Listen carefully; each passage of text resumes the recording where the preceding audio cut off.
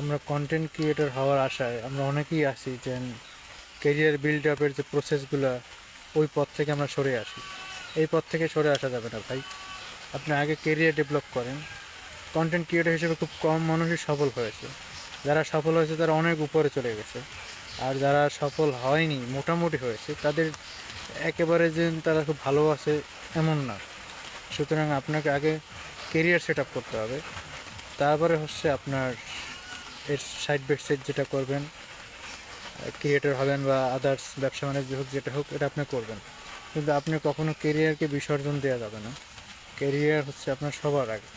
হ্যাঁ, ফেসবুক আজ আপনাকে হয়তো ভাই ক্রিয়েটর হিসেবে আপনাকে আপনার সামান্য উপার্জনের সিস্টেম করে দিচ্ছে, কিন্তু এমন সময় হতে পারে যে ফেসবুকের পলিসিতে পরিবর্তন আসতে পারে, ফেসবুক তার ক্রাইটেরিয়া চেঞ্জ করতে পারে।